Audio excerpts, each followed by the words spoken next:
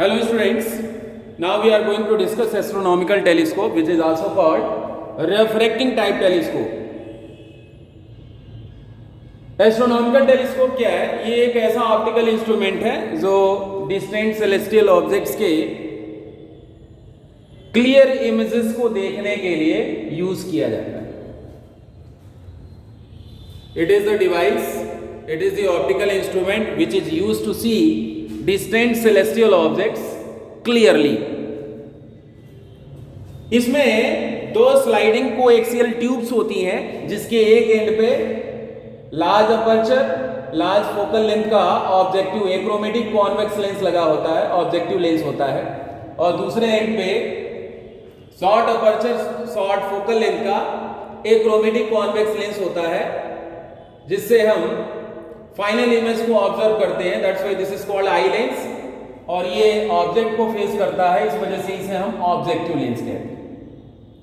इसकी अपर्चर बड़ी इसलिए रखी जाती है जिससे कि ये ज्यादा अमाउंट में लाइट को कलेक्ट कर सके और इमेज इंटेंसिटी अच्छी हो, यानी इमेज ब्राइट बने.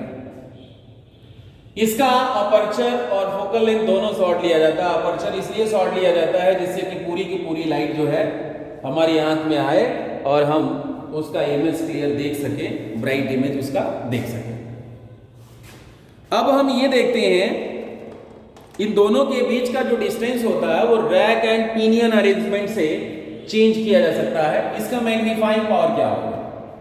Magnifying power is the ratio of visual angle formed by the final image to that of the visual angle formed by the object. m is equal to beta upon alpha. आप यहां पे ये देख रहे होंगे कि हमने विजुअल एंगल ऑब्जेक्टिव पे लिया हुआ है. एक्चुअली ये डिस्टेंट ऑब्जेक्ट है, तो डिस्टेंट ऑब्जेक्ट है तो चाहे वो ऑब्जेक्टिव पे एंगल बनाए या आई लेंस पे या आई पे एंगल बनाए, वो उसमें जो है बहुत ज्यादा चेंज नहीं आएगा. इसलिए ये विजुअल एंगल ही माना जाएगा बीटा अपॉन अल्फा. बीटा और अल्फा दोनों की वैल्यूज काफी छोटी हैं, इसलिए हम इसे tan बीटा और tan अल्फा भी लिख सकते हैं. बीटा को tan बीटा हम लिख लेंगे, अल्फा को tan अल्फा लिखेंगे. इसका मतलब m is equal to beta upon alpha that is equal to tan beta upon tan alpha. tan beta upon tan alpha हम लिख पाएंगे. And what about tan beta? tan beta is equal to actually perpendicular upon base and perpendicular is a dash b dash. ये objective का focus है,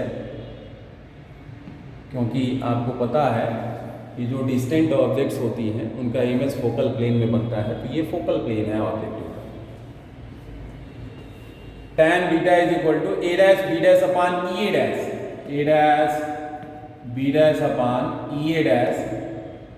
and what about tan alpha? tan alpha is equal to a dash b dash upon o a dash, a dash b dash upon o a dash. A dash b dash will be cancelled with a dash b dash and you are left with o a dash upon e a dash. O a dash is what? This is the focal length of objective, so this will be f o. And what is e a dash? This is the object distance for the eye lens, so it will be minus u e. This is minus u e. Means magnifying power of astronomical telescope will be minus f o upon u. अब हम देखें दो cases बनेंगे इसमें. पहला case क्या बनेगा? when the final image is formed at least distance of distinct vision. जब final image least distance of distinct vision पे बना हो तो ये डिस्टेंस क्या होगा? BE is equal to minus D. तो फार्मूला यूज करते हैं 1 by f is equal to 1 upon f की जगह f ही लिखेंगे.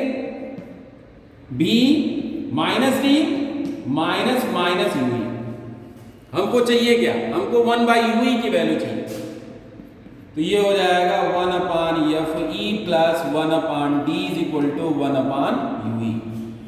या इसको हम ऐसे भी लिख सकते हैं 1 अपॉन एफ ई कॉमन ले लीजिए इसमें से, तो ये 1 हो जाएगा और इसमें एफ ई मल्टीप्लाई हो जाएगा ऐसे ही एफ ई अपॉन डी. इसको सॉल्व करोगे तो फिर से वही आएगा 1 by F E plus F E cancel 1 by D is equal to 1 upon U. यानी इस केस में जो मैग्नीफाइंग पावर होगा इस केस में जो मैग्नीफाइंग पावर होगा वो कितना होगा? इस केस में जो मैग्नीफाइंग पावर की वैल्यू होगी m is equal to minus FO और 1/UE की वैल्यू ये लिख लीजिए upon FE in bracket 1 plus FE upon magnifying power of astronomical telescope when the final image is found at least distance of distinct vision. ये हमने obtain कर लिया। Final image is found at least distance of distinct vision. ये magnifying power हमको मिला है m is equal to minus FO upon FE in bracket 1 plus FE upon, इसमें केवल आपको FO FE की वैल्यूज जो है प्लेस कर देनी है। जब final image least distance of distinct vision पे बना हो तो आप वैल्यू फाइंड कर सकते हैं। इस केस में लेंथ ऑफ टेलीस्कोप कितना होगा? This distance is FO and this one is UE, so it will be FO plus mod UE। Length निकालते समय आपको साइन कन्वेंशन नहीं देखना है, आपको दोनों वैल्यू जो है पॉजिटिव, ये डिस्टेंस और ये डिस्टेंस दोनों ऐड कर दोगे तो ये लेंथ मिल जाएगी। अब हम देखते हैं कि when the final image is formed at infinity, infinity पे इमेज कब बनेगा?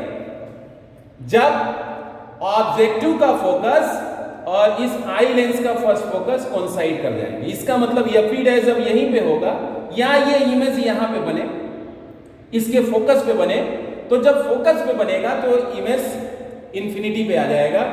यानी फोकस पे बनने के लिए UE की जगह पे आपको कुछ नहीं करना, FE लिख देना है। यानी इस केस में m is equal to minus FO upon FE।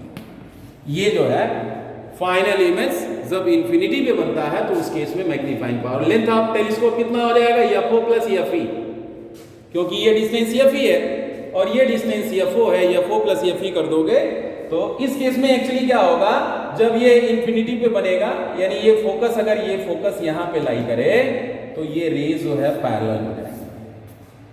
Image infinity पे बनेगा, ये रेज जो है पैरेलल। इमेज कहाँ बनेगा? इंफिनिटी। इस केस में मैग्नीफाइंग पावर होगा माइनस FO अपॉन FE। इन दोनों एक्सप्रेशन से आप देख रहे हो कि मैग्नीफाइंग पावर की वैल्यू इंक्रीज करने के लिए, m को बढ़ाने के लिए FO को आपको बड़ा लेना होगा और FE शॉर्ट लेना होगा। यानी ऑब्जेक्टिव लेंस की फोकल लेंथ बड़ी होनी चाहिए और आई लेंस की फोकल लेंथ छोटी होनी चाहिए। बाकी इसकी कुछ